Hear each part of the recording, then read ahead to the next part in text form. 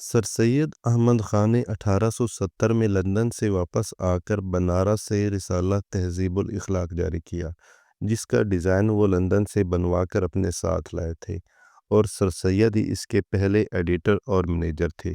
اس کے پہلے صفحے پر انگریزی زبان میں سوشل ریفارمر لکھا تھا۔ اس کا پہلا شمارہ 24 دسمبر 1870 کو نکلا۔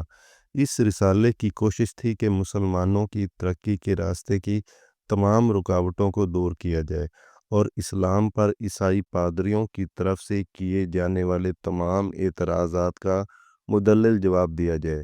یورپ کی ترقی کی وجوہات سے مسلمان قوم کو آگاہ کیا جائے اور اپنے بزرگوں کی عظمت کا احساس دلایا جائے۔ یہ کوئی کمرشل رسالہ نہ تھا، بلکہ اس کی نوعیت مذہبی، اصلاحی اور تعلیمی تھی۔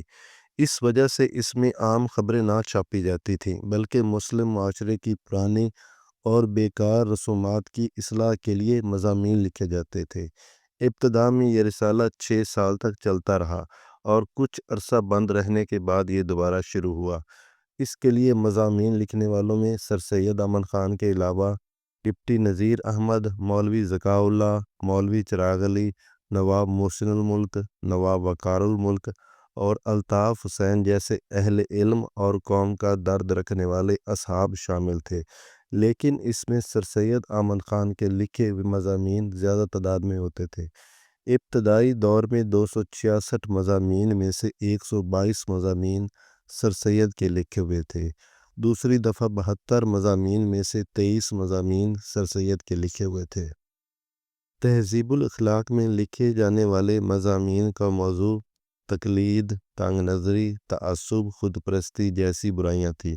اس رسالے میں صاف گوئی، سادگی، شائستگی، آزادی رائے، قوت استدلال اور حالات سے سازگاری جیسی اچھی صفات اپنانے پر زور دیا جاتا تھا۔ اس نوعیت کے مضامین کا اردو ادب میں وجود نہ تھا۔ یہ مضامین اردو ادب کا شاہکار سمجھے جاتے تھے۔ اس رسالے نے مسلمانوں کی نشاط ثانیہ کے میدان میں بھرپور کردار ادا کیا۔ مسلمان انگریزی تعلیم حاصل کرنے کی طرف مائل ہوئے۔ اسلام کے بارے میں غیر مسلموں کے شکوک و شبہات دور کرنے میں مدد ملی۔ مسلمانوں کے درمیان اختلافات کم ہوئے اور ان میں اسلامی اخوت کے جذبات ابھرے۔ مولانا ابوالکلام آزاد نے ایک بار اپنے خطبے میں کہا تھا، اگرچہ اس رسالے کی شدید مخالفت کی گئی، لیکن یہ ایک مسلمہ حقیقت ہے کہ عوام کے ذہنوں پر جتنے اثرات تہذیب الاخلاق نے چھوڑے ہیں، برِ صغیر کے کسی دوسرے رسالے نے نہیں چھوڑے۔